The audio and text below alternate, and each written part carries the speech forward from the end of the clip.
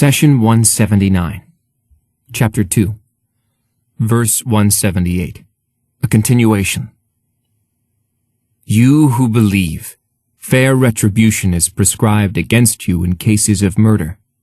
The free man for the free man, the slave for the slave, the female for the female. But if the perpetrator is pardoned by his aggrieved brother, this shall be adhered to fairly, and the perpetrator shall pay what is due in goodwill. This is easing from your Lord and an act of mercy. If anyone then exceeds these limits, grievous suffering awaits him. Chapter 2, Verse 178. In the previous session, we discussed how Allah prescribed fair retribution in cases of murder and legislated against the practice of escalation through revenge killings. Moreover, He put the decision of killing the murderer or sparing his life or her life in the hand of the victim's guardians. This was specifically designed to remove hate and resentment from the hearts of the victim's family. Whatever happens to the killer was entirely up to them. But Allah wants de-escalation of hostility in society, and He wants mercy to be the overriding quality of dealings between people. So He softens the heart of the victim's guardian by saying, "But if the perpetrator is pardoned by his aggrieved brother, this shall be adhered to fairly, and the perpetrator shall pay what is due in goodwill." This phrase, and more specifically the use of the word brother, is an invitation to move from bloodlust to pardoning. He Almighty is advising us not to forget the brotherhood formed through faith. The word brother in the Quran can carry one of two meanings. First, it may refer to siblings from one's father, as in chapter 12, where the Quran refers to Prophet Joseph's brothers. Second, there is a higher brotherhood, which is the brotherhood of faith. God says, "The believers are brothers, so make peace and reconciliation between your brothers, and be mindful of God, so that you may be given mercy." Chapter 49, verse 10. And in another verse regarding the tribes of Medina, "Hold fast to God's rope altogether. Do not split into factions. Remember God's favor upon you. You were enemies, and then He brought your hearts together, and you became brothers by His grace. You were about to fall into a pit of fire, and He saved you from it. In this way, God makes His revelations clear to you, so that you may be rightly guided." Chapter 3, verse 103.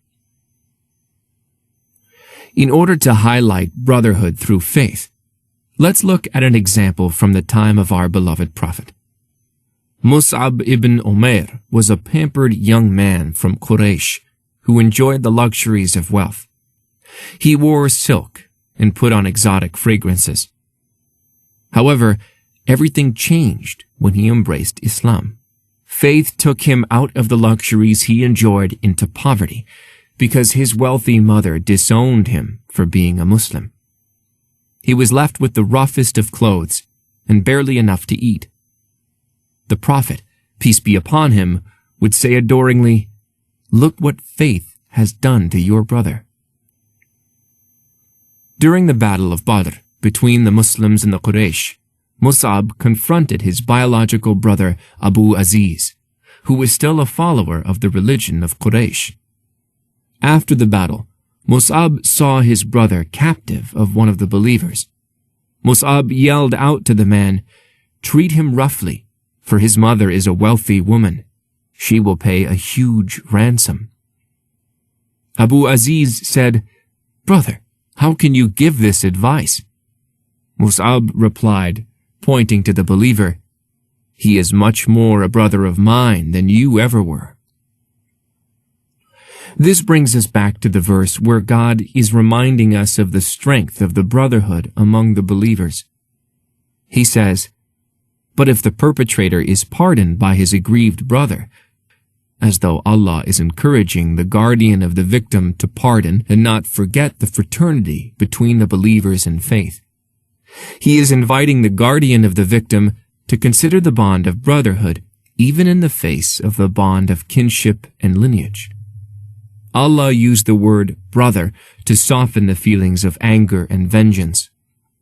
While killing surely weakens the bond formed between you and those who share your faith, it should not completely sever this bond. This is how Allah elevates us to the peak of good conduct and generosity in society. This is further evident as God helps the aggrieved family to cleanse anger by prescribing blood money, diya, which is a financial compensation as an alternative to the death penalty. God says, "But if the perpetrator is pardoned by his aggrieved brother, this shall be adhered to fairly, and the perpetrator shall pay what is due in goodwill. This is easing from your Lord, and an act of mercy."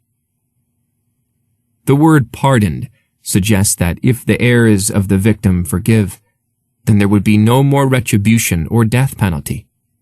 The issue is resolved, and blood money is given. Take note that Allah did not want to prohibit the retribution of the death penalty. Rather, He wanted to give the heirs of the victim the right to decide.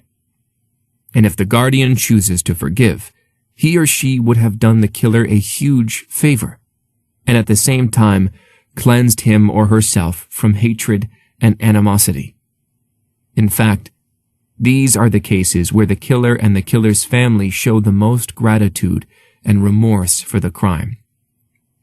Had the verse only prescribed the death penalty without giving the option of forgiveness, the hearts of one or both families might still hold a grudge. Even today, we still see examples of this in some of the rural Muslim villages, where a regretful killer would go to the parents of the victim carrying his or her own coffin as a sign that he or she is at peace with whatever the victim's parents decide to do. The killer would ask the family for forgiveness and say, "I have come to you so you can take revenge. This is my coffin, so do whatever you see fit." In such cases, the family of the victim would rarely choose death. Rather, they would pardon him or her because they feel that justice is served, as they have full access to the life of the killer if they choose. Often, in such cases, animosity turns into affection, and vengeance turns into mercy. Moreover, the killer owes his or her life to those who pardoned, and the family of the killer acknowledges that the life of their relative is a gift from the family of the victim. This is how the circle of love enlarges in the society, and the circle of hatred disappears. God says, "Good and evil cannot be equal. Repel evil with what is better or best, and your enemy will become as close as an old and valued friend." Chapter 41, verse 34. The verse continues with, "And the perpetrator shall pay what is due in goodwill." Does it make sense to call blood money an act of goodwill? We answer that the speaker here is God. The Quran is His words, and it is precise and accurate. Allah reminds the murderer of the huge favor the victim's guardians granted him or her by dropping legal retribution and accepting blood money. Thus, this act should be returned with a favor and kindness at the highest level. The killer and his or her family should pay this money when it is due and grant the victim's heirs the respect they deserve. Let's take a moment to compare legislation dealing with murder in the Quran to that in the Torah and Bible. The Torah commanded absolute justice. The killer must be killed in revenge. An eye for an eye. The Gospel elevated the children of Israel above the absolute materialism they were immersed in, so no legal retribution or blood money was prescribed. Rather, the followers of Jesus, peace be upon him, were advised to unsheathe the love of the world from their hearts, They were to live by the following principle. If anyone slaps you on the right cheek, turn to them the other cheek. Islam was sent down as a universal, inclusive, and comprehensive religion. It is a middle religion that commands justice, but strives towards the betterment of humanity. Islam gave everyone his or her due right. Thus, it retained the legislation of fair retribution through the death penalty. However, Islam left room for and encouraged kindness and courtesy.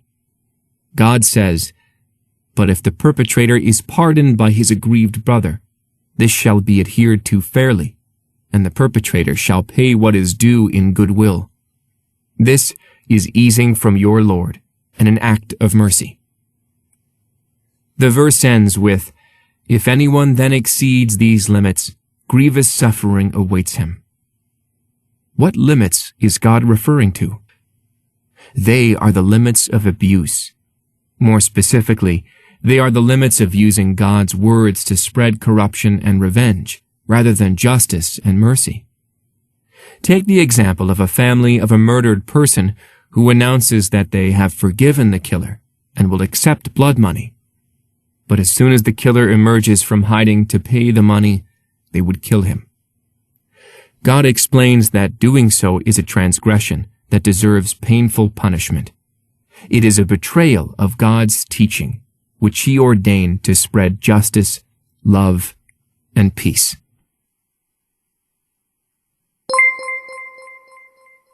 The messenger said, "My Lord, my people treat this Quran as something to be ignored." Chapter 25, verse 30. Do not abandon God's book. Please take a moment to subscribe and to share with your family and friends. Visit us at www.QURANGARDEN.com.